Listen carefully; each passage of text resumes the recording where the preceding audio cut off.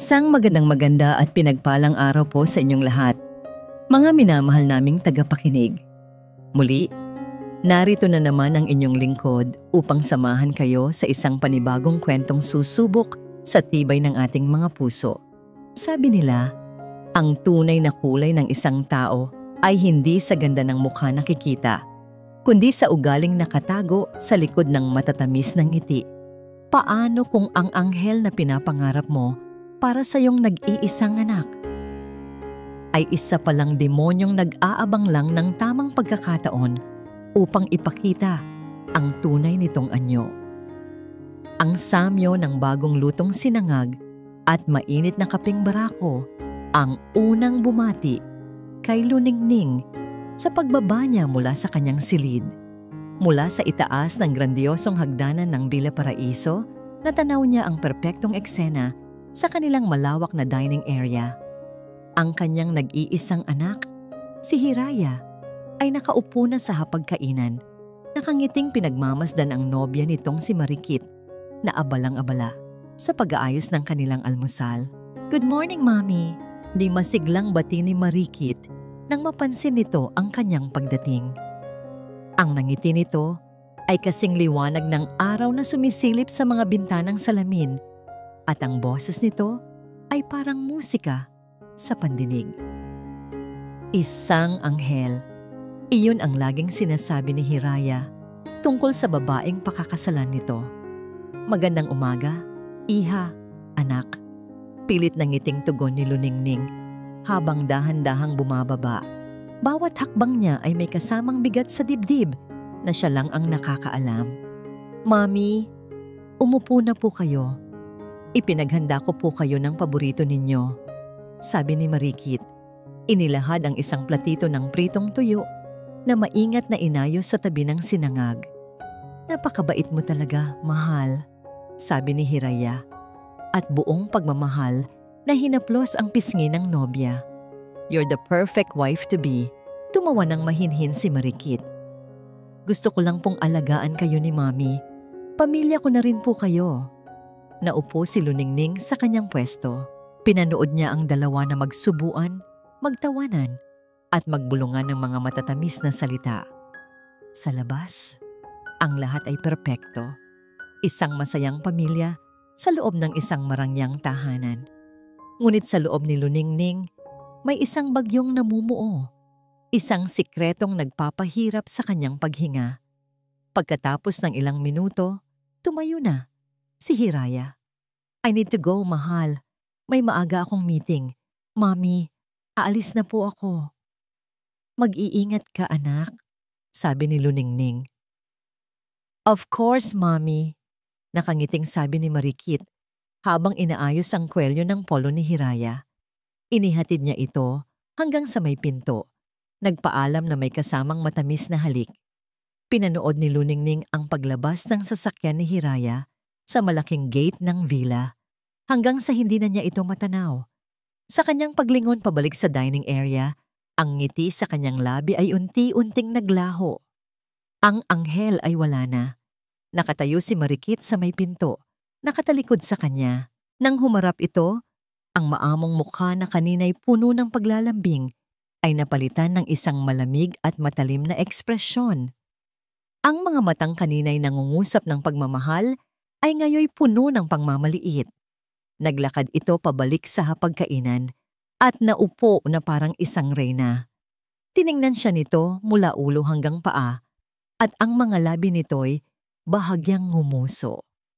"Mami," sabi ni Marikit, ang tono ay hindi na malambing kundi puno ng panunuya. "Hindi ka ba nagsasawa sa itsura mo? Araw-araw na lang, yang luma mong duster ang suot mo. Hindi ka ba nahihiya? Nakatira ka sa Villa Paraiso pero ang itsura mo, parang galing ka lang sa kung saang squatter." Naramdaman ni Luningning ang pag-init ng kanyang mga pisngi. Napayuko siya at napahawak sa laylayan ng kanyang damit. Ito ang paborito niyang duster, bigay pa ng yumaong asawa. "Ito, komportable kasi ito," mahinang sagot niya. "Komportable?" Tumawa si Marikit. Isang tawang walang kagalakan. Ang salitang iyan ay para lang sa mga taong walang pakialam sa reputasyon. Sa susunod na may bisita si Hiraya, magkulong ka na lang sa kwarto mo, ha? Nakakahiya ka sa mga kaibigan niya. Bawat salita ay parang patalim na tumutusok sa puso ni Luningning. Hindi siya makasagot.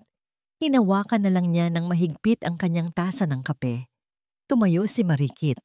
Kinuha ang pitsel ng mainit na kape. Naglakad ito paikot sa mesa, papunta sa kanyang direksyon na para bang may gagawin. Nang nasa tabi na niya ito, bigla itong nadulas. Ang mainit na kape ay tumapon, bumuhos mismo sa kamay ni Luningning na nakapatong sa mesa. Aray! Daing ni Luningning, mabilis na binawi ang kanyang kamay. Naramdaman niya ang matinding hapdi habang ang kanyang balat ay namumula. "Oh my God, I'm so sorry, Mommy," sabi ni Marikit. Ngunit ang boses nito ay walang bahid ng pagkataranta o pag-aalala. Malamig, walang emosyon. Hindi ko sinasadya. Ang lampa ko talaga. Kumuha ito ng tissue at basta na lang ipinatong sa kamay niyang napaso. Ni hindi man lang ito tinulungang gamutin. Pinanood lang siya nito habang tinitiis niya ang sakit. Nanginginig na tumayo si Luningning, nangingilid ang luha sa kanyang mga mata.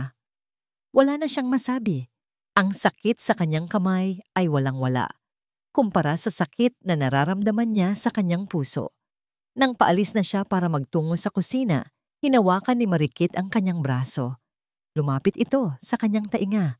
At sa isang boses na halos pabulong ngunit puno ng lason, sinabi nito ang mga salitang nagpabagsak sa kanyang mundo. Dapat alam mo kung saan ka lulugar sa pamamahay na to, bago pa mahuli ang lahat.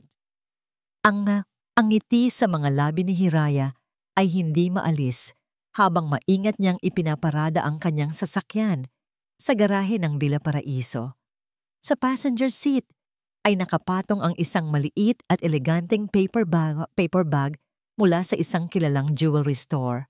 Isang sorpresang regalo para sa kanyang pinakamamahal na si Marikit. Pakiramdam niya ay siya na ang pinakamaswerteng lalaki sa buong mundo. Nasa kanya na ang lahat. Isang magandang karera, isang mapagmahal na ina, at isang babaeng para sa kanya ay perpekto sa lahat ng aspeto. Pagpasok niya sa bahay, nadatnan niya ang isang eksenang lalong nagpainit sa kanyang puso. Sa may sala, nakaupo ang kanyang inay Luningning, habang si Marikit naman ay maingat na nilalagyan ng ointment ang kamay nito. Ang mukha ni Marikit ay puno ng sinserong pag-aalala. "Dahan-dahan lang po, Mami. Mahapdi pa po ba?" Malambing na tanong ni Marikit. Marahang hinihipan ang namumulang balat sa kamay ni Luningning. "Ayos na, Iha. Salamat." Halos pabulong na sagot ni Luningning. Ang mga mata ay nakaiwas ng tingin. "I'm home!" Masayang bati ni Hiraya. Agad na napalingon si Marikit at ang mukha nitong nag-aalala ay biglang nagliwanag. "Mahal, ang aga mo yata? Namiss kita agad sabi ni Hiraya sabay abot ng regalo. "Para sa'yo." Napatili ng bahagya si Marikit sa tuwa. "Mahal, hindi mo naman kailangan gawin to." Aniya. Pero ang mga matay nagniningning na sa pananabik. Maingat niyang binuksan ang kahon at tumambad ang isang nagniningning na pulseras na may maliliit na diamante. "It's beautiful." Thank you. Niyakap niya si Hiraya ng mahigpit. "Anything for you." Bulong ni Hiraya. Binalingan niya ang ina. "Inay, anong nangyari sa kamay niyo?" Wala to anak." Mabilis na sagot ni Luningning. "Nako, mahal. Aksidente ko pong natapunan si Mami ng kape kaninang umaga. Ang lampa ko nga po paliwanag ni Marikit. Ang mukha ay nagpapakita ng pagsisisi. "Kaya mula kanina, ako na po ang nag-aalaga sa kanya." Hinawakan ni Hiraya ang balikat ni Marikit. "It was an accident, mahal. Ang importante, inaalagaan mong mabuti si inay. Si Mami, I told you, you have another daughter in Marikit." Isang pilit na ngiti lang ang naisukli ni Luningning. Makalipas ang ilang sandali, Habang si Marikit ay abala sa pagtawag sa mga kaibigan para ibalita ang bago niyang alahas, nilapitan ni Hiraya ang kanyang ina na nag-iisa sa hardin at nagdidilig ng mga halaman. "Inay?" Malambing niyang tawag. "Okay lang po ba talaga kayo? Ang tahimik niyo po yata ngayon." "Pagod lang siguro, anak," sagot ni Luningning. Hindi pa rin tumitingin sa kanya. "Inay, alam niyo po ba, habang pauwi ako, iniisip ko kung gaano ako kaswerte." Panimula ni Hiraya. Umupo siya sa isang bench at tinapik ang pwesto sa tabi niya. Sumunod naman si Luningning. "Malapit na kaming ikasal ni Marikit. Plano na namin ang lahat. Isang maliit na pamilya dito sa Villa Paraiso. Gusto niya pong magkaroon tayo ng 2 apo, isang lalaki at isang babae." Habang nagsasalita si Hiraya, ang kanyang mga mata ay puno ng pangarap. Hindi niya napapansin ang bawat salita niya ay parang karayom na tumutusok sa dibdib ng kanyang ina. "Anak." Sa wakas ay nagsalita si Luningning. Ang boses ay nanginginig. "Masaya ka ba talaga sa kanya?" "Inay, sobra-sobra pa sa masaya." Mabilis niyang sagot. "Siya na ang lahat sa akin." Nagkaroon ng ilang segundong katahimikan. Huminga ng malalim si Luningning. Tila nag-iipon ng lakas ng loob. Ang gusto ko lang sabihin, anak, ay mag-ingat ka palagi. Minsan, ang mga bagay ay hindi tulad ng inaakala natin. Hindi lahat ng kumikinang ay ginto." Napakunot ang noo ni Hiraya. Tiningnan niya ang kanyang ina. Nakita niya ang lungkot sa mga mata nito.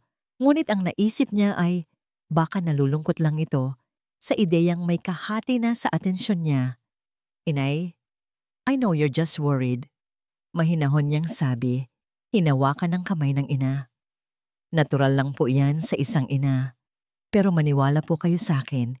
Si Marikit iba siya. Mabuti siyang tao. Mahal na mahal niya ako. At mahal na mahal niya rin po kayo." Di mula sa di kalayuan, sa may bintana ng kusina, tahimik na nagmamasid si Aling Diwa. Kitang-kita niya ang pag-uusap ng mag-ina. Nakikita niya ang pagpipigil ng luha ni Luningning at ang pagkawalang alam sa mukha ni Hiraya. Napabuntong hininga na lang siya, puno ng pag-aalala. Tumayo si Hiraya, handa nang pumasok sa loob para sundan si Marikit. Bago siya umalis, muli niyang hinarap ang ina na nanatiling nakaupo. Ngumiti siya ng buong puso. Isang ngiting puno ng pagmamahal at pag-asa. Hindi alam na ang mga susunod niyang salita ang siyang tuluyang dudurog sa puso ni Luningning. "Inay, sana po makita ninyo si Marikit tulad ng pagkakakita ko sa kanya. Siya na po ang buhay ko." Pagkasabi noon, tumalikod na siya at masayang naglakad pabalik sa loob ng bahay. Naiwan si Luningning sa hardin, mag-isa. Sa pagpatak ng una niyang luha, kasabay nito ang pagbagsak ng lahat ng pag-asa na mayroon siya. Lumipas ang mga araw sa Villa Paraiso na may dalang kakaibang bigat. Para kay Hiraya, ang lahat ay nasa ayos. Ang bawat umaga ay puno ng matatamis na ngiti, ng ngiti ni Marikit. At ang bawat gabi ay puno ng mga pangarap para sa kanilang kinabukasan.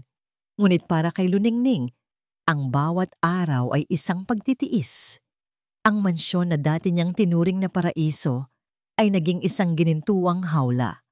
At siya'y isang bilanggo sa sarili niyang pamamahay.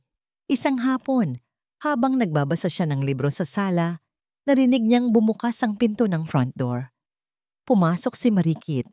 Dala ang ilang shopping bags, ngunit wala ang karaniwang sigla sa mukha nito. May bakas ng inis at pag-aalala. Ilang sandali pa, tumunog ang telepono ni Marikit. Lumayo ito ng bahagya, ngunit sapat lang para marinig ni Luningning ang pagbabago sa tono ng boses nito. "Hello?" sagot ni Marikit. Ang boses ay formal. "Oo, ako to." "Ano? Hindi ba't sinabi ko nang maghintay kayo?" Biglang tumaas ang boses ni Marikit, puno ng galit na pilit na pinipigilan.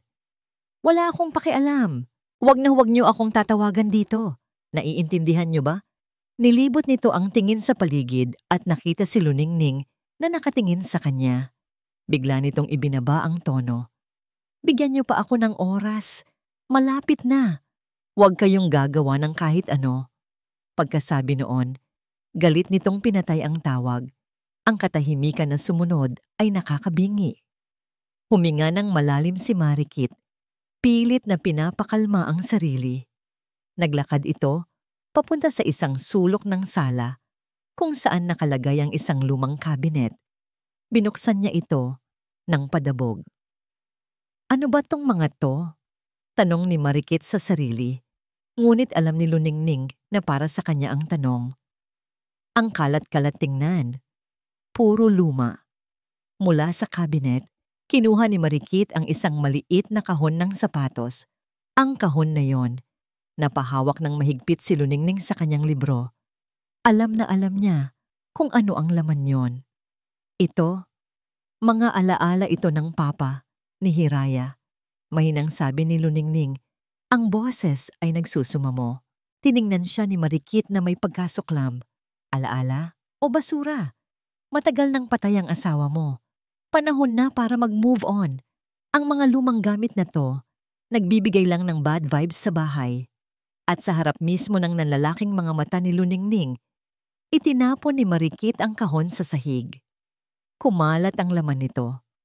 Mga kupas na litrato, mga sulat na nakatali ng laso, isang lumang relo, at iba pang maliliit na bagay na para kay Marikit ay walang kwenta. Ngunit para kay Luningning ay ang buong mundo niya. Huwag! Sigaw ni Luningning. Isang sigaw na nagmula sa kaibuturan ng kanyang kaluluwa. Ngunit huli na ang lahat. Hindi pa nasiyahan. Tinapakan pa ni Marikit ang ilan sa mga litrato bago ito tumalikod at naglakad paakyat sa hagdanan na para bang walang nangyari. Linisin mo yang kalat na yan. Utos nito bago tuluyang maglaho sa kanyang silid. Naiwan si Luningning na nakaluhod sa sahig, nanginginig. Isa-isa niyang pinulot ang mga piraso ng kanyang nakaraan. Ang isang litrato kung saan sila'y masayang, magkayakap ng kanyang asawa, ay may bakas na ng tapak ng sapatos ni Marikit. Doon bumuhos ang mga luhang kanina pa niya pinipigilan. Humagulgol siya ng walang tunog. Ang sakit ay masyadong malalim para mailabas pa sa sigaw. Nang gabing iyon, hindi makatulog si Luningning. Ang mga salita ni Hiraya, siya na po ang buhay ko, ay paulit-ulit na umalingaw-ngaw sa kanyang isipan. Kasabay ng imahe ng pagyurak ni Marikit sa kanyang mga alaala. Pakiramdam niya ay wala na siyang kakampi.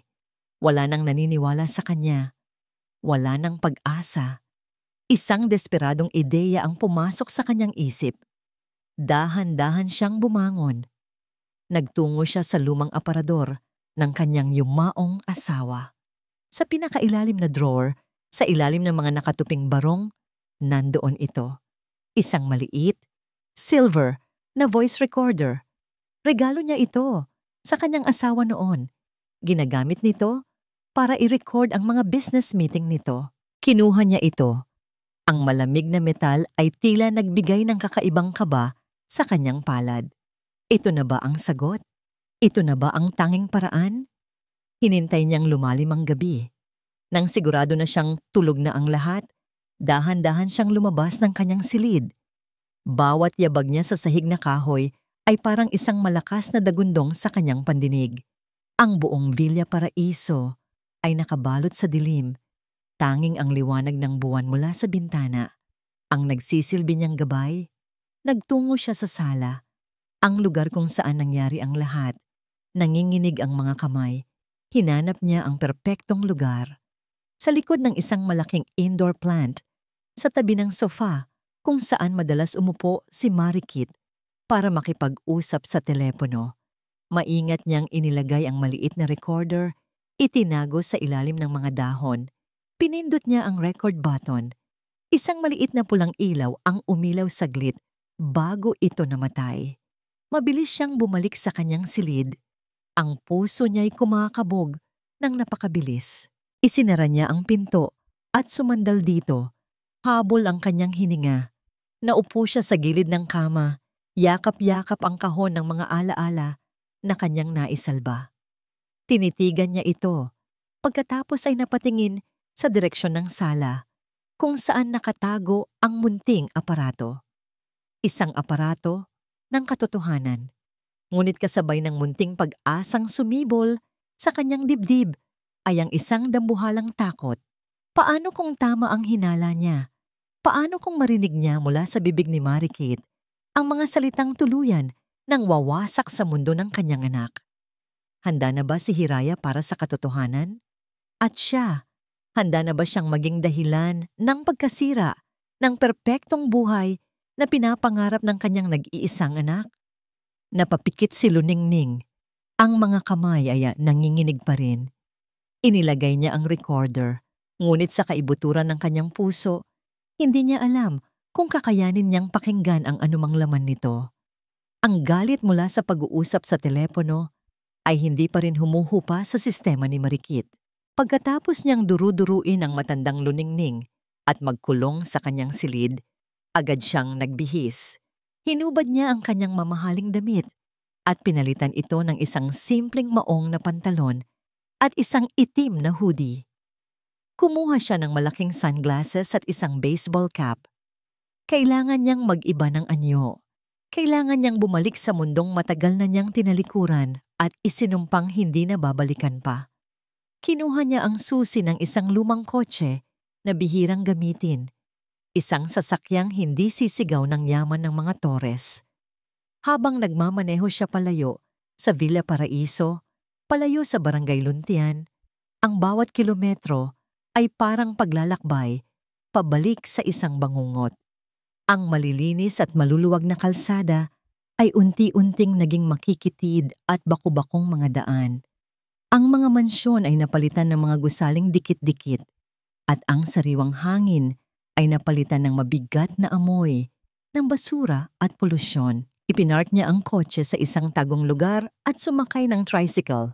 Bawat liko sa masisikip na eskinita ay nagpapakulo ng kanyang dugo. Kinamumuhian niya ang lugar na ito. Ang bawat sulok ay may paalala ng kahirapan, ng gutom, ng desperasyon, na siyang nagtulak sa kanya na gawin ang lahat para makatakas. Bumaba siya sa tapat ng isang makitid na iskinita. Huminga siya ng malalim, pinipigilan ang pagkasuka dahil sa amoy ng kanal. Pumasok siya sa loob. Ang mga mata ay alerto. Ang mga taong nakakasalubong niya ay tinitingnan siya. Mga tinging mapanuri na alam niyang ibig sabihin. Sa dulo ng iskinita, sa harap ng isang gusgusing paupahan, naghihintay ang isang lalaki. Payat ito, may bigote, at ang nangisi sa labi ay nagpapakita ng ilang kulang-kulang na ngipin. Ito ang pinsan niya, si Rody. Ang anino ng kanyang kahapon. Akala ko, hindi ka na darating, pinsan. Bungad ni Rody. Ang boses ay puno ng pang-aasar. Heto na, malamig na sabi ni Marikit. Inabot ang isang makapal na brown envelope. Wala na kong babalikan dito. Kinuha ni Rody ang sobre at mabilis na binilang ang pera sa loob. Mukhang masarap ang buhay mo ngayon, Marikit. O dapat ko bang sabihing, Angela? Tumawa ito. Angela ang pangalang ginamit niya nung una niyang nakilala si Hiraya. Isang pangalang mas sosyal, mas malinis. Tumahimik ka. Mariing sabi ni Marikit. Nakuha mo na ang gusto mo. Lubayan mo na ako. Hindi ganoon kadali. Pinsan, sabi ni Rody, humakbang palapit. Ang yaman ng mga Torres hindi nauubos. Itong binigay mo, pangkain lang to. Paano naman ang mga pangarap ko? Wala akong pakialam sa mga pangarap mo. Sigaw ni Marikit. Ang boses ay nanginginig sa galit. Pinaghirapan ko to. Buhay ko ang nakataya dito. Talaga ba? O buhay ni Hiraya ang pinaghirapan mong sirain? Ganting sabi ni Rody. Alam ba niyang ang businesswoman na pakakasalan niya ay galing sa pamilya ng mga sugarol? Na ang tatay mo ay nasa kulungan dahil sa estafa? Na ikaw? Subukan mo. Pagbabanta ni Marikit ang mga matay nag-aapoy. Subukan mong magsalita at sisiguraduhin kong pareho tayong babagsak.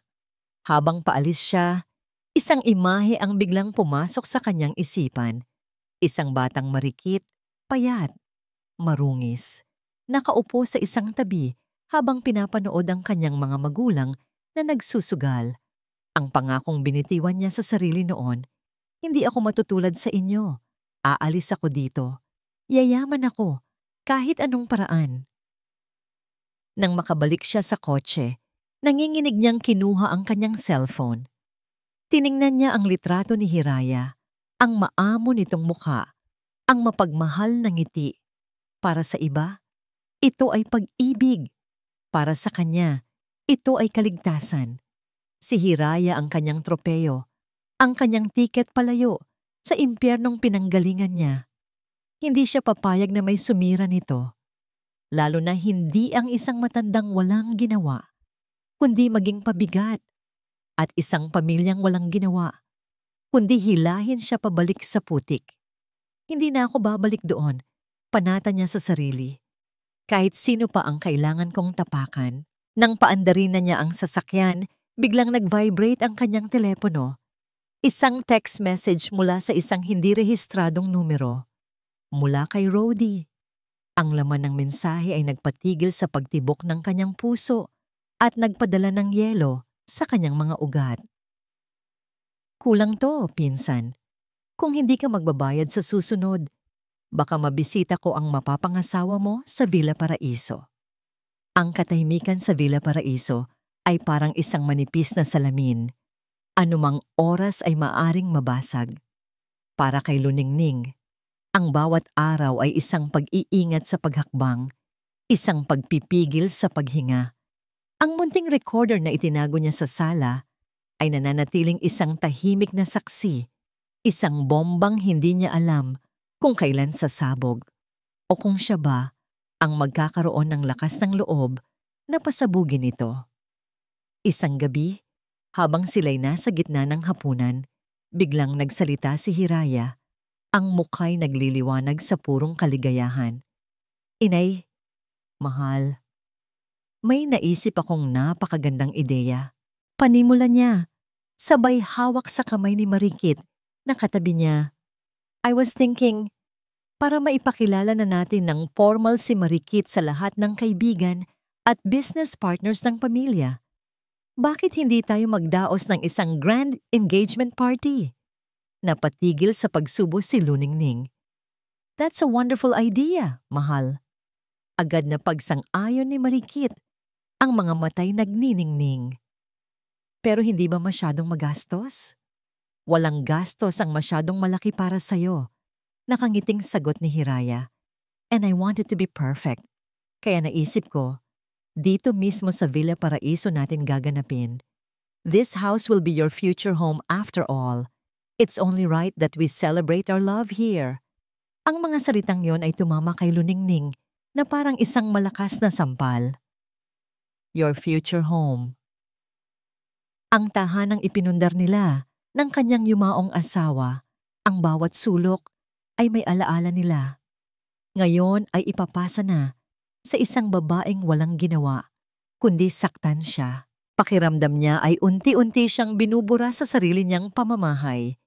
Sa mga sumunod na araw, ang Villa Paraiso ay naging abala. Mga caterer, event stylist, at coordinator ang pabalik-balik. Si Hiraya at Marikit ang sentro ng lahat, masayang nagpaplano, tumatawa, pumipili ng mga disenyo, habang si Luningning ay isang anino na lang sa isang tabi. Pinapanood ang lahat. Isang hapon, habang abala ang dalawa sa pakikipag-usap sa isang sikat na designer, lumingon si Marikit kay Luningning na tahimik na nakaupo sa isang silya. Mommy, tawag nito sa isang boses na ubod ng tamis, sapat na para marinig ng lahat. Para po may magawa kayo at hindi kayo mainip, pwede po bang pakitingnan yung mga lumang kubyertos na silver sa cabinet? Baka kakailangan pong pakintabin para sa party. You know, para maging presentable. Ang simpleng utos ay nakabalot sa isang anyo ng pag-aalala. Ngunit para kay Luningning, ang tunay na mensahe ay malinaw. Isa ka na lang utusan dito. Oo naman, iha. Pilit niyang sagot. Tumayo at naglakad papunta sa kusina na may malaking bato sa kanyang dibdib. Doon, naabutan siya ni Aling Diwa. Nakita ng matandang kasambahay ang lahat. Ang pagbabalewala ni Hiraya, ang tusong pag-uutos ni Marikit, at ang hindi maipintang lungkot sa mga mata ng kanyang amo. Madam, mahinang tawag ni Aling Diwa habang naglalabas si Luningning ng silver polish. Inabutan niya ito ng isang basong tubig. Hayaan niyo na po ako ang gumawa niyan. Huwag na, Diwa. Kaya ko pa. Sagot ni Luningning. Ayaw ipakita ang kanyang kahinaan. Hindi na nakatiis si Aling Diwa. Ibinaba niya ang baso sa lamesa at nagsalita sa isang boses na puno ng respeto, ngunit may diin. Madam, patawarin niyo po ako sa sasabihin ko. Pero hindi ko na po kayang manahimik. May hindi po tama kay Ma'am Marikit. Sa unang pagkakataon, may isang taong nagsabi ng katotohanang matagal nang isinisigaw ng puso ni Luningning. Napatingin siya kay Aling Diwa, ang mga matay unti-unting napuno ng luha. Nakikita ko po ang lahat, madam. Ang mga tingin niya kapag nakatalikod si Sir Hiraya. Ang mga salita niya.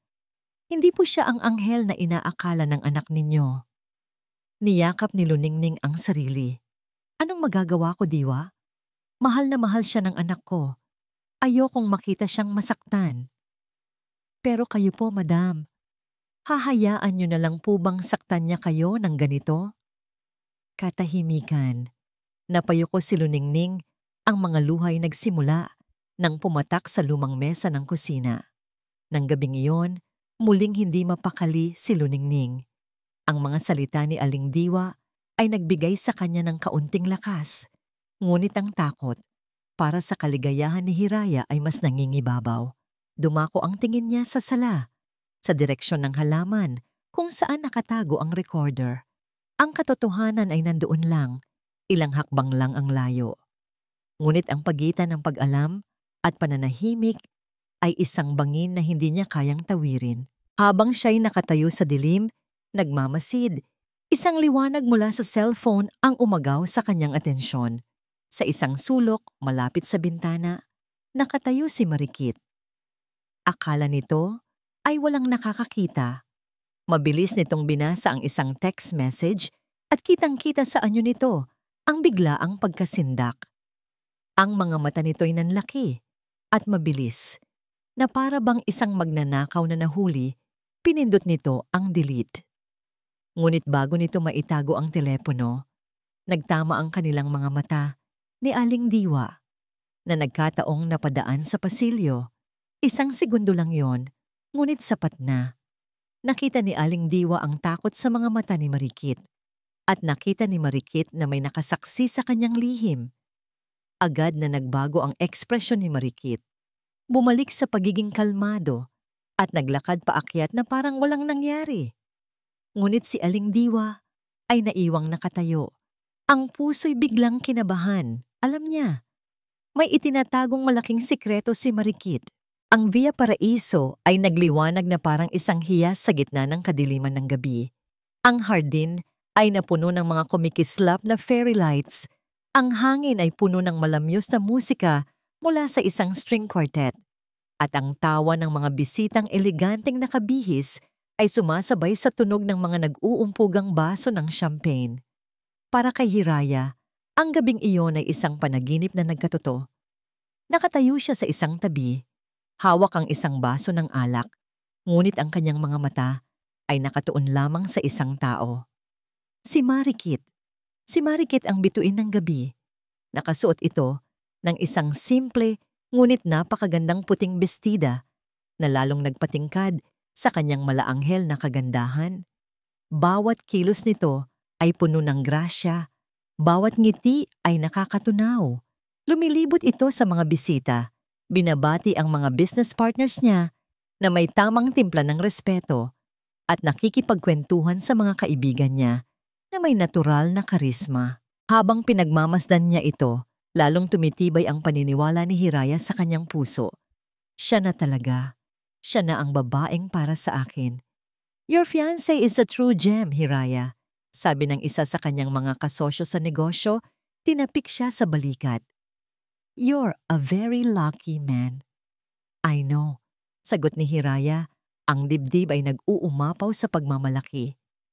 Nilapitan niya si Marikit at marahang inakbayan ito. Are you happy, mahal? Bulong niya.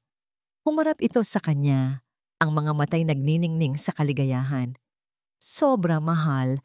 Ito na yata ang pinakamasayang gabi ng buhay ko. Ngunit ang perpektong sandali ay biglang nabasag. Mula sa kanyang kinatatayuan, natanaw ni Hiraya ang isang figura sa may pasukan ng hardin. Isang lalaking hindi pamilyar, nakasuot ng medyo lukot na polo shirt na halatang hindi bagay sa okasyon. May malagkit itong namuanggisi sa labi habang inililibot ang tingin sa paligid, na para bang sinusuri ang halaga ng bawat bagay.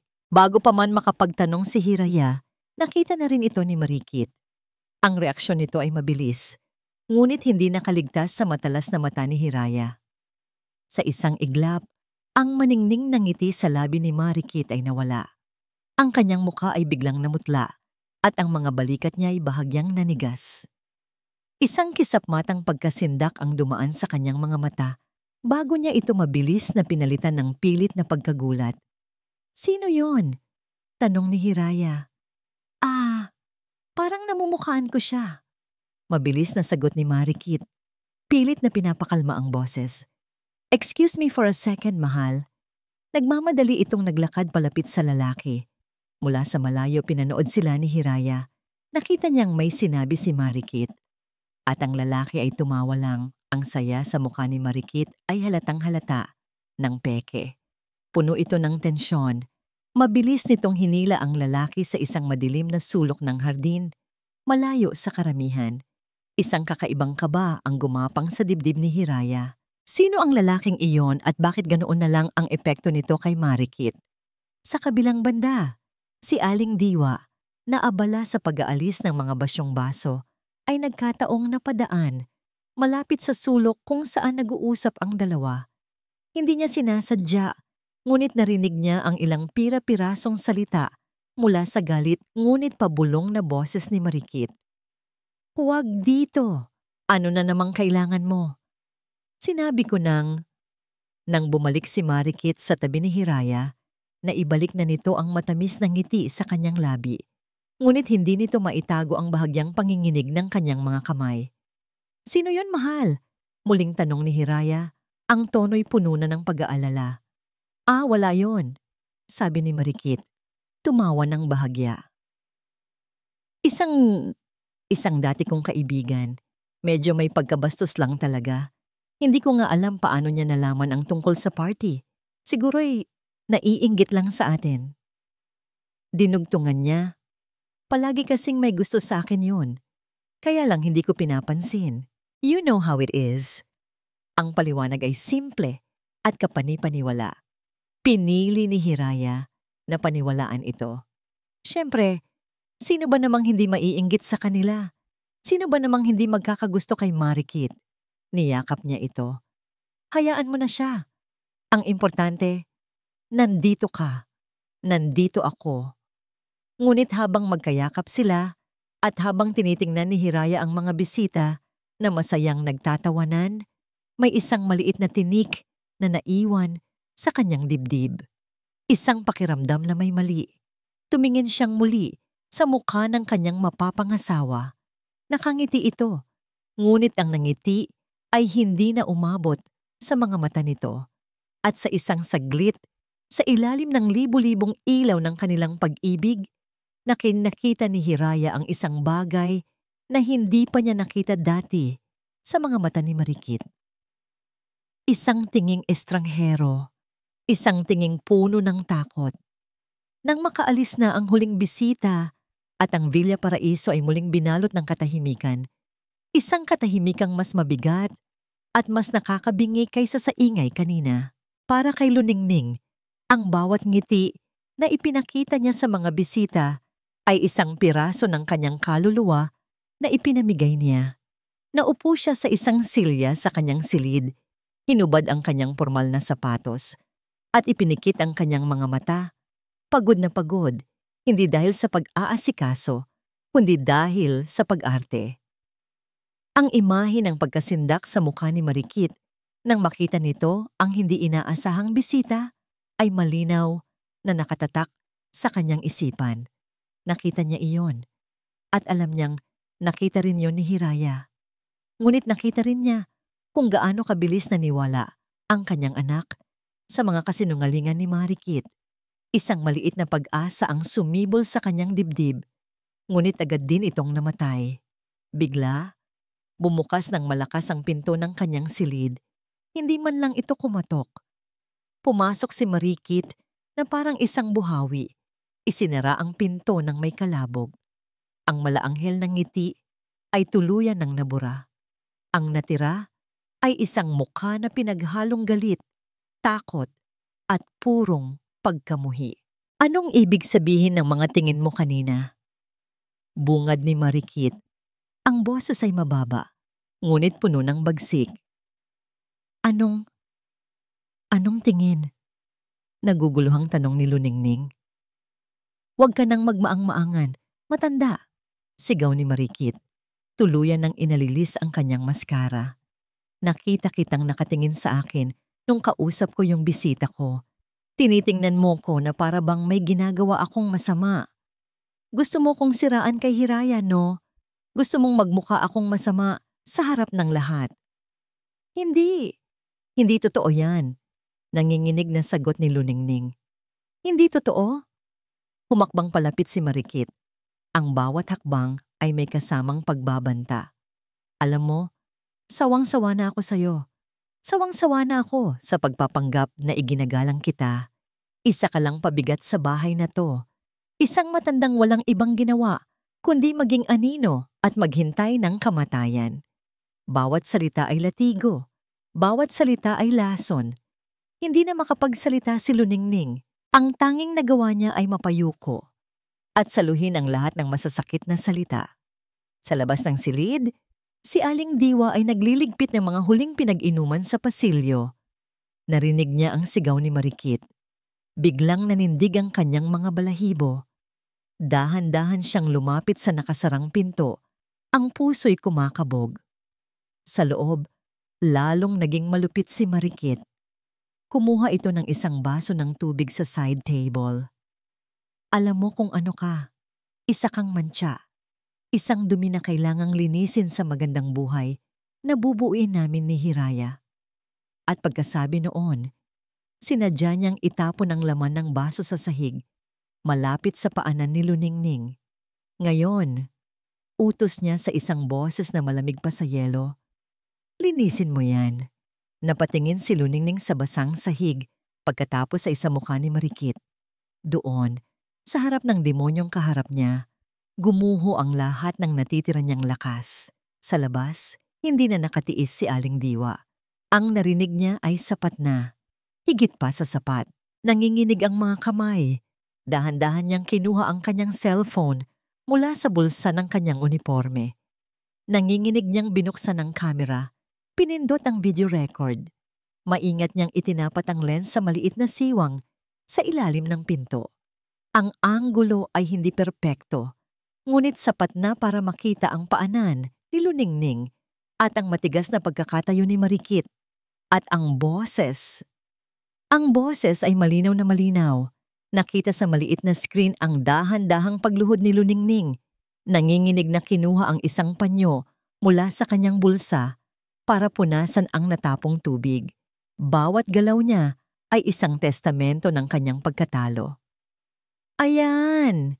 Narinig ni Aling Diwa ang boses ni Marikit. Puno ng tagumpay. Diyan ka nababagay. Sa sahig. Diyan ang lugar ng mga basura. Sa puntong yon, isang mainit na likido ang dumaloy sa pisngi ni Aling Diwa. Luha. Luha ng awa para sa kanyang amo. at luha ng nag-aapoy na galit para sa babaeng walang kaluluwa sa loob ng silid.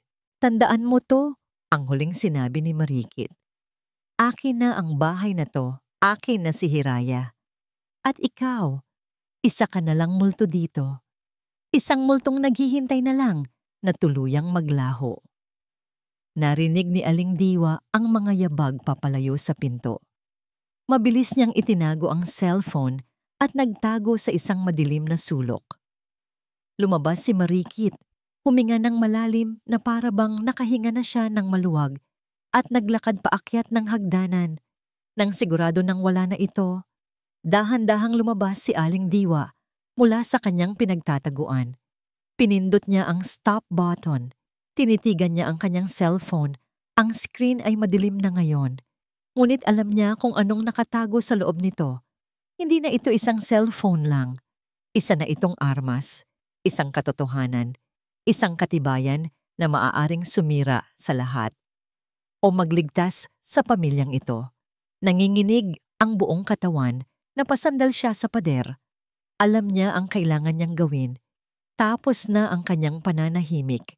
Ang maliit na silid ni Aling Diwa sa ibabang palapag ng mansyon ay naging isang silid ng paghuhukom. Nakaupo siya sa gilid ng kanyang kama. Ang katawan ay bahagyang nakayuko. Ang mga siko ay nakapatong sa kanyang mga tuhod. Sa nanginginig niyang mga kamay, hawak niya ang cellphone na para bang ito ang pinakamabigat na bagay sa buong mundo. Pinanood niya ang video sa pangatlong pagkakataon. Sa bawat panonood, sariwa pa rin ang sakit. Ang bawat malupit na salita ni Marikit ay parang lason na muling tumagos sa kanyang pandinig. Isa ka lang pabigat. Diyan ka na babagay sa sahig. Ang imahe ng kanyang mahal na Madam Luningning na nakaluhod, nanginginig na nagpupunas ng sahig, ay isang kutsilyong paulit-ulit na isinasaksak sa kanyang puso. Kasabay ng awa ay ang nag-aalab na galit. Isang galit na nagbibigay sa kanya ng pagnanasang isampal ang katotohanan sa mukha ng lahat. Ngunit kasunod ng galit ay ang takot. Paano kung ipakita niya ito kay Sir Hiraya? Maniniwala kaya ito sa kanya? Isang kasambahay lamang laban sa babaeng pakakasalan nito? Baka sabihin lang nitong gawa-gawa lang ang video, inedit, o isang malaking hindi pagkakaunawaan. At kapag nangyari iyon, siguradong siya ang papalabasin na masama. Itataboy siya palayo sa Villa Paraiso. At kung mangyari iyon, sino na ang magbabantay kay Madam Luningning? Sino na ang magiging kakampi nito sa loob ng impyernong ito? Kinabukasan, dala-dala niya ang bigat sa kanyang dibdib. Nagpasya siyang subukang kausapin si Hiraya. Ngunit tila ang tadhana ay hindi pumapanig sa kanya. Nakita niya si Hiraya sa may hardin, masayang nag-aalmusal kasama si Marikit. Nagtatawanan sila, nag-uusap tungkol sa mga plano sa kasal. Si Marikit, na para bang walang nangyari kagabi, ay muling naisuot ang kanyang maskara ng kabaitan. Inaasikaso ang bawat pangangailangan ni Hiraya. Mula sa malayo, pinanood sila ni Aling Diwa. Mukha silang perpekto. Isang larawan ng purong pag-ibig. Paano niya sisirain ang larawang iyon? Paano niya sasabihin sa isang taong lumalakad sa alapaap na ang langit na kanyang tinatapakan ay isang kasinungalingan? Umatras siya. Hindi niya kaya. Alam niyang iisa na lang ang natitira niyang pag-asa. Kailangan niyang kausapin si Luningning. Hinintay niya ang pagkakataong mag-isa na lang ang matanda sa silid nito. Dala ang isang tasa ng mainit na tsaa. Kumatok siya ng marahan at pumasok.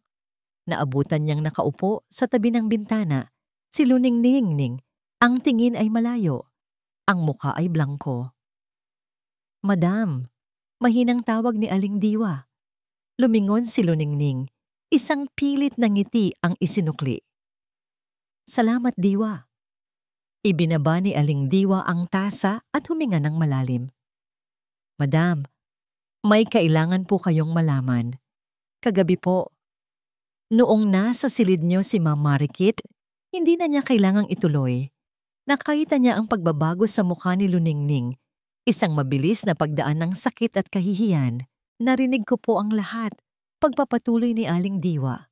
At hindi lang po iyon. Kinuha niya ang kanyang cellphone, ang puso niya'y kumakabog. Madam, may ebidensya po ako. Iniharap niya ang cellphone kay Luningning. Nag-atubili ang matanda, ngunit sa huli ay tiningnan din. Hindi niya pinatunog ang video, ngunit ang mga imahe lamang, ang sarili niyang nakaluhod, ay sapat na. Biglang nanlaki ang mga mata ni Luningning, hindi sa galit, kundi sa purong takot. Diwa, burahin mo yan. Utal niyang sabi, hinawakan ng mahigpit ang kamay ni Aling Diwa. Burahin mo yan, parang awa mo na. Pero madam, ito na po ang katibayan. Ito na ang magpapalaya sa inyo sa paghihirap na to. Umiling-iling si Luningning. Ang mga luha ay bumabalisbis na sa kanyang mga pisngi. Hindi, Diwa. Hindi mo naiintindihan. Kapag nakita ito ni Hiraya, masisira ang buhay niya. Ang babaeng mahal na mahal niya. Ang pangarap niya. Guguho ang lahat. Hindi ko kayang makita siyang masaktan ng ganoon. Mas gugustuhin ko nang ako na lang ang magtiis. Napatulala si Aling Diwa. Ang inaasahan niyang magiging sandata nila ay ang siya pa palang kinatatakutan ng kanyang amo. Ang pagmamahal nito para sa anak ay isang pag-ibig na handang magsakripisyo ng sariling dignidad. Kaya nakikiusap ako sa iyo, Diwa. Pagpapatuloy ni Luningning, ang boses ay basag na.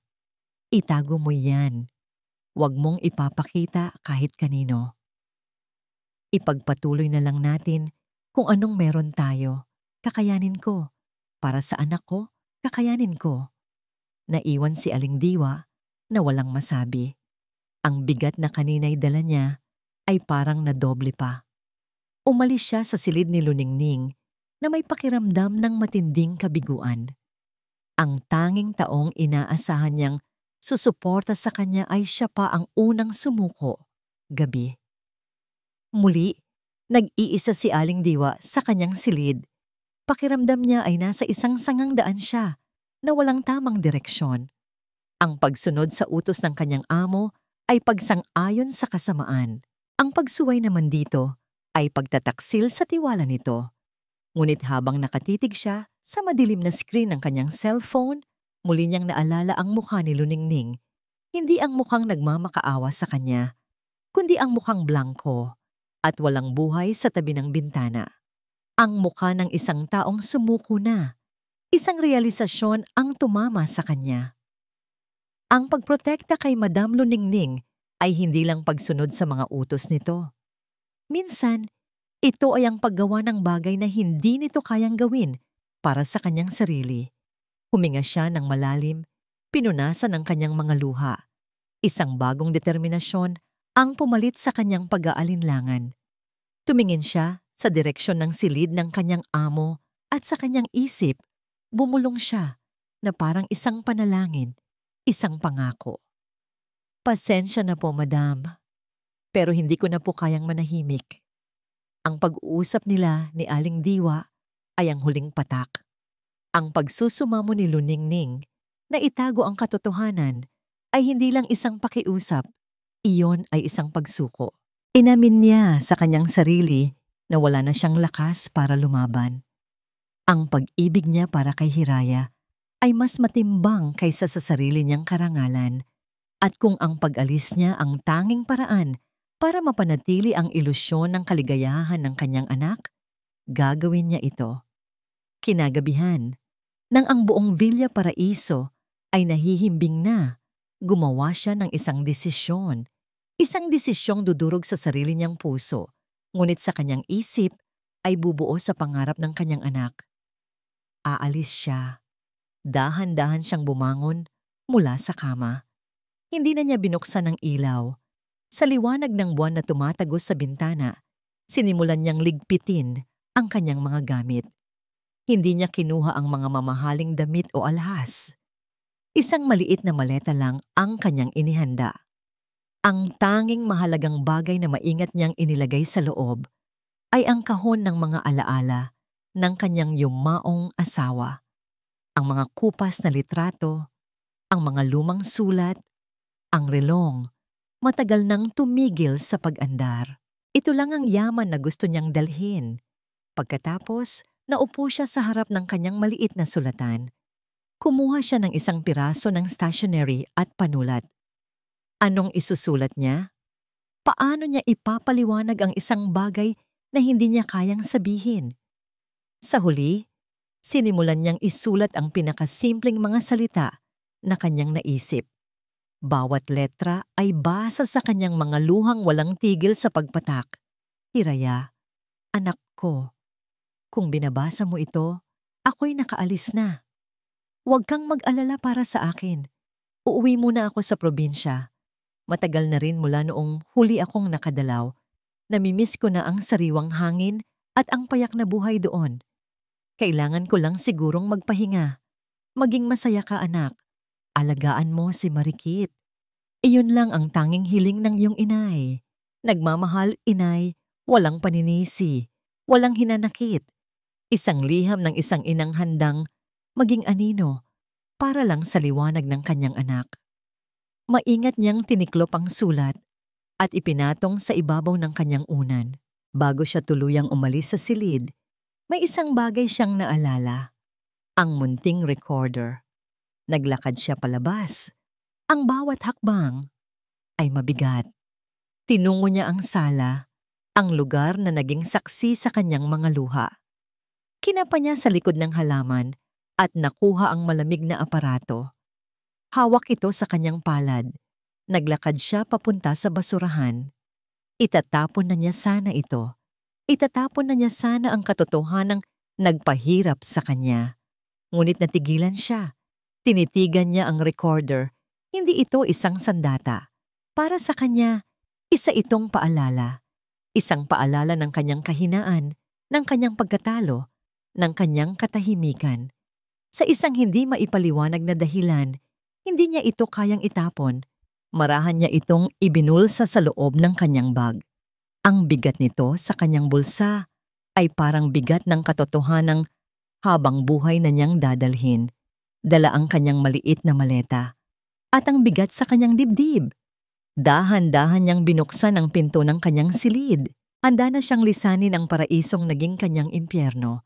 Ngunit sa kanyang paglabas sa pasilyo, isang anino ang nakatayo sa dilim. Madam, ang boses ni Aling Diwa ay halos pabulong, puno ng di makapaniwalang pagkasindak. Nakatayo ito sa may pintuan ng kusina. Hawak ang isang baso ng tubig. Kitang-kita sa mukha nito ang gulat nang makita ang maleta sa kamay ni Luningning. Diwa, mahinang sabi ni Luningning, hayaan mo na ako. Aalis po kayo? Tanong ni Aling Diwa. Ang boses ay nagsimula ng manginig. Saan po kayo pupunta? Madam, wag po. Kailangan, Diwa, sagot ni Luningning. Ang mga luha ay muling namuo sa kanyang mga mata. Ito ang tama. Hindi po ito tama. Halos pasigaw na, sabi ni Aling Diwa. Nakita niya ang pinal na desisyon sa mukha ng kanyang amo, ang pagsuko. At sa sandaling iyon, ang lahat ng kanyang pag-aalinlangan ay naglaho. Wala na siyang pakialam kung matanggal siya sa trabaho. Wala na siyang pakialam kung magalit si Hiraya. Ang tanging mahalaga ay ang babaeng nasa harap niya na itinataboy palayo sa sarili nitong tahanan. Habang naglalakad si Luningning papunta sa hagdanan, sa isang kilos na puno ng desperasyon, tumakbo si Aling Diwa. Hindi papunta kay Luningning para pigilan ito, kundi papunta sa kabilang direksyon. Papunta sa hagdanan paakyat, papunta sa silid ni Hiraya. Sa bawat hakbang niya, isinigaw niya ang mga salitang magiging simula ng pagguho ng lahat. Sir Hiraya! Gising po! Sir Hiraya! Ang mami niyo po! Aalis na! Ang malakas at desperadong sigaw ni Aling Diwa ang bumasag sa mahimbing na tulog ni Hiraya. Napabalikwas siya ng bangon. Ang puso'y agad na kumabog ng mabilis. Sa kanyang tabi, narinig niyang umungol si Marikit. naantok pa. "Sir Hiraya, gising po! Ang mami niyo po, aalis na!" Ang mga salitang iyon ay parang alarmang gumising sa bawat himaymay ng kanyang katawan. Aalis? Anong ibig sabihin noon? "Mahal, anong gulo yon?" Inaantok na tanong ni Marikit. "Hindi ko alam. Diyan ka lang." Mabilis na sabi ni Hiraya. Sabay suot ng t-shirt at pagtakbo palabas ng silid. Pagbaba niya sa engrandeng hagdanan, isang eksena ang tumambad sa kanya na nagpatigil sa kanyang paghinga. Sa may front door, nakatayo ang kanyang inay luluningning. Hawak ang isang maliit na maleta. Ang mukha nito ay basang-basa sa luha. Sa tabi nito ay si Aling Diwa.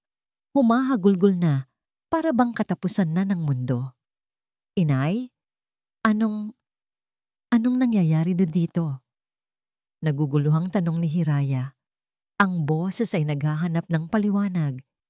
"Saan po kayo pupunta? Gabi na." "Anak," sabi ni Luningning, pilit nang ngumingiti sa kabila ng mga luha. "Babalik na ako sa probinsya. Huwag mo na akong alalahanin." "Sa probinsya? Bakit biglaan naman po yata?" Lalong naguluhan si Hiraya. Lumapit siya. Ang pag-aalala ay malinaw sa kanyang mukha. "May problema po ba, inay? May nagawa ba akong mali? May sinabi ba si Marikit?" "Wala." Mabilis na putol ni Luningning. "Walang kasalanan si Marikit. Desisyon ko to, anak. Gusto ko nang umuwi."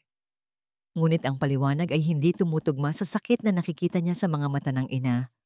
Tumingin siya kay Aling Diwa na iyak pa rin ng iyak.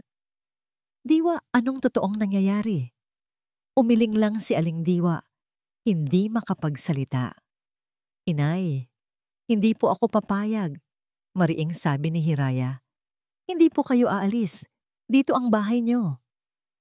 "Hiraya, parang awa mo na." Ang pagmamakaawa sa boses ng kanyang ina ang lalong nagpagulo sa isip ni Hiraya. May mali, may malaking mali. At habang ang kaguluhan ay nagaganap, si Aling Diwa na nakasandal sa pader na puno ng desperasyon ay gumawa ng isang desisyon. Tapos na ang pag-aalinlangan. "Sir," nanginginig na tawag ni Aling Diwa. Lumingon sa kanya si Hiraya, ang mukha'y puno ng pagtatanong. "Patawarin niyo po ako, sir. Pero kailangan niyo pong malaman ang dahilan." Sabi ni Aling Diwa, ang bawat salita ay mabigat. Kinuha niya ang kanyang cellphone. Ang mga kamay ay nanginginig. Inabot niya ito kay Hiraya. "Panoorin niyo po ito, sir, para malaman niyo ang dahilan." Napakunot ang noo ni Hiraya. Kinuha niya ang cellphone na may pagtataka. "Ano ba to, Diwa? Hindi ito ang oras para sa..." "Pakiusap po, sir. Panoorin niyo." Sa gitna ng nakabibinging katahimikan, pinindot ni Hiraya ang play. Ang unang lumabas ay isang madilim at magalaw na kuha ng sahig at ng laylayan ng bestida ng kanyang ina. Ngunit ang sumunod na narinig niya ang nagpatigil sa pagtibok ng kanyang puso. Isang boses. Boses na kilalang kilala niya. Ang boses na bumubulong sa kanya ng pagmamahal gabi-gabi. Ang boses ng kanyang anghel. Ngunit ngayon, ang boses na yon ay iba. Malamig, matigas, puno ng lason. "Huwag ka nang magmaang-maangan, matanda." Naramdaman ni Hiraya ang panlalamig ng kanyang mga kamay. Hindi yan si Marikit. Hindi ganyan ang mahal ko. Isa ka lang pabigat sa bahay na to. Isang matandang walang ibang ginawa, kundi maging anino at maghintay ng kamatayan. Ang cellphone ay nagsimulang manginig sa kanyang kamay. Ang kanyang paghinga ay biglang naging mababaw. Nakita niya sa video ang pagtapon ng tubig sa sahig. At narinig niya ang utos. "Linisin mo yan." At ang pinakamasakit sa lahat, nakita niya ang dahan-dahang pagluhod ng kanyang ina. Ang kanyang inay, ang babaeng iginagalang ng lahat, ang reyna ng kanilang tahanan, ay nakaluhod na parang isang utusan. Diyan ka nababagay. Sa sahig. Diyan ang lugar ng mga basura. Bawat salita ay isang bala ng baril na tumama ng diretso sa kanyang puso. Bawat segundo ng video ay sumisira sa pundasyon ng mundong kanyang binuo. Ang pag-ibig, ang tiwala, ang pangarap, lahat ay gumuho sa isang iglap.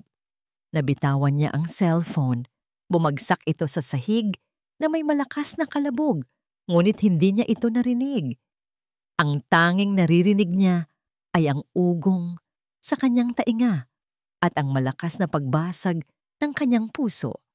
Dahan-ahan niyang iniangat ang kanyang tingin mula sa kanyang ina na ngayon ay humahagulgol na ng walang takip hanggang kay Aling Diwa na nakayuko at umiiyak din. Ang lahat ng piraso ng palaisipan ay biglang nabuo. Ang kalungkutan ng kanyang ina, ang mga paalala nito, ang biglaang pagbabago ng mood ni Marikit.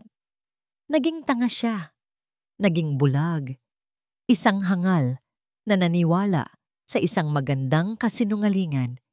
Kasabay ng pagbagsak ng kanyang mundo, isa pang figura ang lumitaw sa itaas ng hagdanan. Nakasuot ng isang mamahaling silk robe, nakatayo doon si Marikit, kinukusot pa ang kanyang mga mata. "Mahal, anong nangyayari?"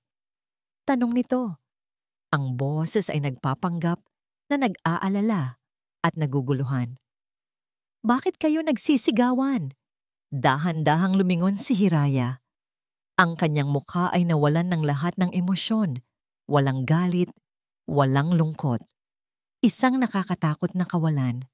Ang mga mata niya, na kanina lang ay puno ng pagkalito, ngayon ay nagliliyab sa isang apoy na hindi pa kailanman nakita ni Marikit. Isang apoy ng nasirang tiwala at purong pagkamuhi. Iniangat niya ang kanyang kamay at itinuro si Marikit. Ang kanyang boses, nang sa wakas ay lumabas, ay hindi pa sigaw. Ito ay malamig, mababa, at puno ng bigat na mas masakit pa sa kahit anong sigaw. "Marikit, halika dito." Ang malamig na titig ni Hiraya at ang patay na cellphone sa sahig ay sapat na para magtanim ng binhi ng takot sa puso ni Marikit. Ngunit ang kanyang kasanayan sa pag-arte ay mas matindi kaysa sa kanyang takot. Dahan-dahan siyang lumapit sa kanyang nobyo, ang kanyang mukha ay puno ng matinding kalungkutan at pagkalito. "Mahal, ano bang pinaniniwalaan mo?" Humahagulgol niyang sabi. Sinubukang hawakan ng kamay ni Hiraya. "Iyan bang video na yan? Alam mo, kayang-kaya iyan i-edit. Sinisiraan lang ako ni Diwa at Mami dahil hindi nila ako gusto. Ito na ba yung ganti nila dahil masaya tayo?" Ang kanyang pagtatanggol ay napakahusay at napaka-emosyonal. Kitang-kita ni Luningning ang bahagyang pag-aalinlangan sa mga mata ni Hiraya.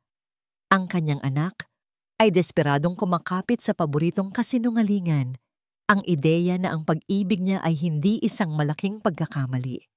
Ngunit ang pagkakataon na ito ay hindi na maaaring maging usapin ng takot. Ito ang huling laban para sa katotohanan. "Hindi na, Hiraya."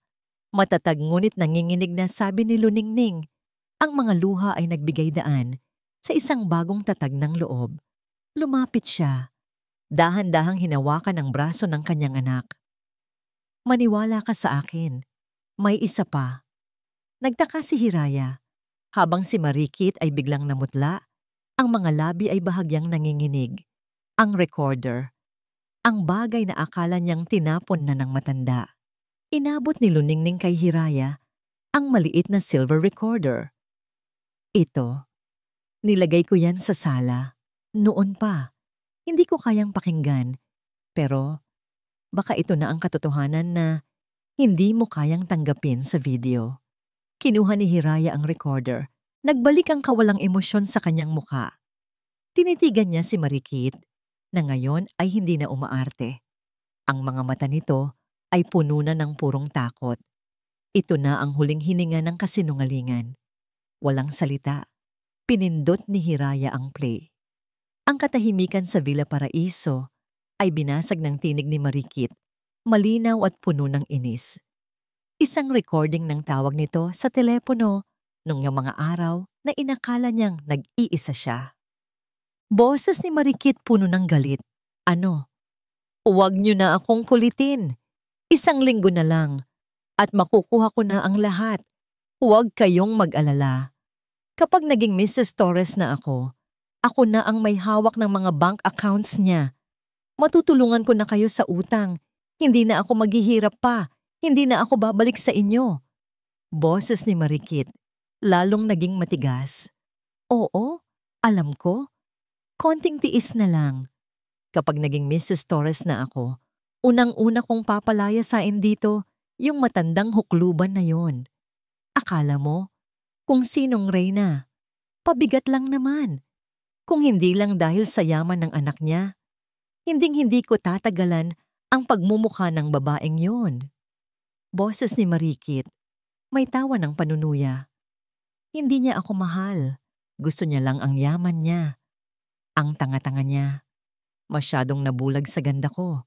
Ang pangarap niya ay pera ko. Hindi siya. Wala akong pakialam sa kanya. Kaya ko siyang paikutin sa palad ko hanggang sa mamatay siya. Click!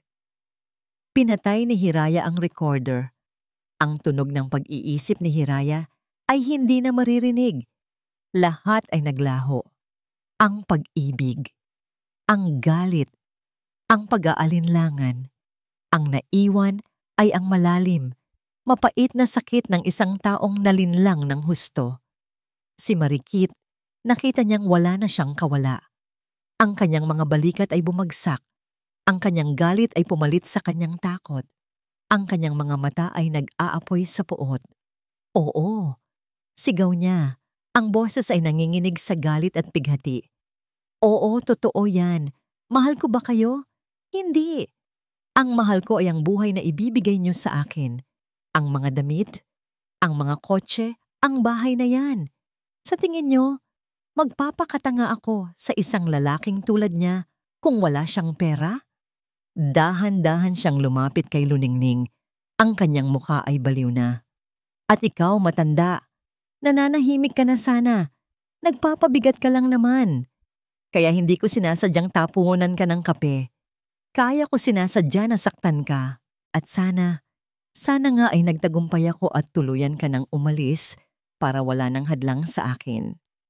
Pagkatapos ng kanyang pag-amin, tumalikod siya at tumingin kay Hiraya na ngayon ay nakatayo lang na parabang isang estatwa. Sa tingin mo, mahal kita? Hindi. Pera lang ang gusto ko. Pera mo, Hiraya, pera mo. Ang sigaw na yon, ang huling bagay na kinailangan ni Hiraya. Tiningnan niya ang kanyang ina na ngayon ay nakahinga na ng maluwag at pagkatapos ay tiningnan niya si Marikit. Ang kanyang boses na matagal nang nawawala ay bumalik. Ngunit ito ay hindi isang boses ng pag-ibig, hindi isang boses ng galit. Ito ay isang boses na puno ng awtoridad at panghuling desisyon. Itinuro niya ang pinto. Umalis ka sa pamamahay ko. Ngayon din. At huwag na huwag ka nang magpapakita sa akin o sa nanay ko kailanman.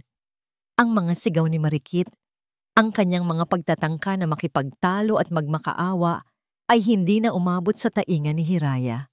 Ang kanyang isipan ay nanatiling blangko. Ang tanging tunog ay ang utos na kanyang binitiwan. Nang tumanggi si Marikit na umalis, mabilis na tumawag si Hiraya sa security. Pagkalipas ng ilang minuto, kaladkad si Marikit palabas ng Villa Paraiso. Ang kanyang dating magandang mukha ay punong-puno ng pagkasira at kahihiyan. Nang marinig ang pagsara ng gate at ang katahimikan ay muling bumalik, doon lang nagsimulang gumalaw si Hiraya. Ang kanyang katawan, na kanina lang ay matigas na parang bato, ay unti-unting nanghina. Lumingon siya sa kanyang ina. Nakatayo si Luningning. Ang mga kamay ay nakatakip sa kanyang bibig. Ang kanyang katawan ay nanginginig pa rin dahil sa takot. Sa sandaling iyon, ang lahat ng galit ni Hiraya ay biglang naglaho. Wala na ang galit kay Marikit. Ang tanging natira ay ang matinding pagsisisi at sakit para sa kanyang ina. Nagsimulang lumakad si Hiraya. Hindi niya inabot ang kanyang ina upang yakapin. Sa halip, lumuhod siya sa harap nito, sa mismong sahig na pinagkuhanan ng katibayan ng kanilang pagdurusa. Ibinaba niya ang kanyang ulo, ang kanyang balikat ay yumanig, at humagulgol siya. Inay, ang kanyang boses ay basag at puno ng matinding sakit. Patawarin mo ako. Patawarin mo ako, inay. Nabulag ako. Hindi ko kayo pinakinggan. Hindi ko nakita ang katotohanan dahil sa pagiging bulag ko. Ako ang may kasalanan. Patawarin mo ako sa lahat ng sakit na dinanas mo sa loob ng bahay na to. Si Luningning, na kanina'y walang tinig, ay lumuhod din. Hindi para magpahayag ng galit, kundi upang ilapit ang kanyang anak sa kanyang dibdib. Niyakap niya si Hiraya ng mahigpit. Ang pag-ibig ng isang ina ay bumalot sa kanilang dalawa. Anak, wala kang kasalanan. Bulong ni Luningning. Ang mga luha niya ay bumabasa sa balikat ni Hiraya. Ang pag-ibig mo ang nagbulag sa iyo. Ang importante, ngayon, nakakakita ka na. At salamat sa Diyos, at salamat kina Diwa, hindi pa huli ang lahat. Tumayo si Hiraya. Ang muka ay basang-basa ng luha. Lumapit siya kay Aling Diwa na tahimik na umiiyak sa isang sulok. Hinawakan niya ang kamay nito. Yumanig ang kanyang boses sa pasasalamat. Aling Diwa, sabi ni Hiraya, salamat. Iniligtas mo ang pamilya ko. Hindi ko alam kung paano ko kayo pasasalamatan sa ginawa niyo. Umiling lang si Aling Diwa. Ang kanyang luha ay patuloy sa pag-agos. Walang anuman po, sir. Mahal na mahal ko po si Madam. Makalipas ang ilang araw, ang Villa Paraiso ay muling naging tahimik. Wala na ang mga dekorasyon ng engagement party. Wala na ang anumang bakas ng kasinungalingan ni Marikit. Isang hapon, nakaupo si Luningning at Hiraya sa hardin. Ang lugar kung saan sinabi ni Hiraya ang mga salitang nagpasakit sa kanyang ina. Tahimik silang nag-uusap habang umiinom ng tsa na inihanda ni Aling Diwa. Inay, sabi ni Hiraya, ang kanyang boses ay kalmado na ngayon, ngunit meron pa ring bakas ng sakit. Ang sakit po. Ang sakit na naniwala ako sa isang kasinungalingan. Alam mo, anak, sagot ni Luningning, hinawakan ang kamay ng kanyang anak. Ang pag-ibig na nagpapabulag ay nagtuturo din. Ang pinakamahalagang aral na matututunan mo ay ang pagtingin sa loob, hindi sa labas. Hindi ang ganda, hindi ang matatamis na salita. Ang tunay na pag-ibig ay nasa respeto at kabaitan. Tumingin si Hiraya sa kanyang ina. Hindi niya nakita ang isang babaeng mahina.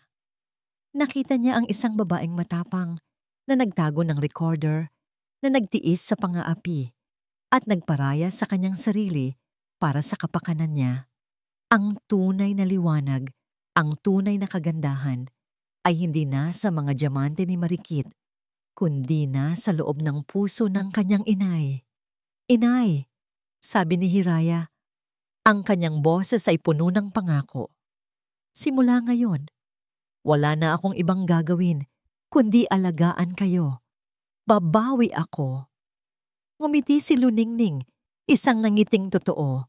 Huwag kang bumawi, anak. Ang tanging kailangan ko ay makita kang masaya at natuto sa pagkakamali. May oras pa. May pag-asa pa. Nagpatuloy silang nag-usap hindi na tungkol sa nakaraan, kundi sa hinaharap. Sa kung paano nila bubuuin muli ang kanilang pamilya, mas matatag at mas matalino kaysa dati. Nakatitig sila sa paglubog ng araw. Hindi pa man tuluyang naghihilom ang mga sugat, ngunit alam nilang makakaya nila. Dahil ang pag-ibig na bumalot sa kanila ay hindi nakabatay sa kasinungalingan, kundi sa tunay na dugong dumadaloy sa kanilang mga ugat. Mga minamahal naming tagapakinig, dito po nagtatapos ang kwento nina Luningning at Hiraya. Ang pinakamahalagang aral na iniwan ng kanilang kwento ay, huwag kang magpasilaw sa ningning ng panlabas na ganda, at matatamis na salita. Sa huli, ang pag-ibig na tunay ay nakikita sa puso, sa kung paano ka rumespeto, sa kung paano ka magmahal ng walang hinihinging kapalit, at sa kung paano ka maging matapang para sa katotohanan. Maraming salamat po sa inyong walang sawang pagsuporta at pakikinig. Naway na puno ng aral at damdamin ang inyong puso sa paglalakbay na ito. Ano po ang pinakapaborito ninyong eksena? At sino ang pinakagusto ninyong karakter? Mag-iwan lang po ng inyong komento sa baba at sabihin sa amin kung anong klaseng kwento ang gusto ninyong mapakinggan pa. Hindi dito nagtatapos ang ating paglalakbay. Marami pa pong kwentong kasing ganda at mas puno ng aral dito sa aming channel. Kung nagustuhan nyo ang kwentong ito, i-like, i-share sa pamilya at mga kaibigan at mag-subscribe na rin para lagi kayong updated sa mga susunod pa naming kwento. I-click nyo ang notification bell para kayo ang unang makarinig kapag may bago kaming upload. Pagpalain po kayo ng Panginoon, kayo at ang inyong buong pamilya. Hanggang sa muli. Hindi binasa ang sulat ko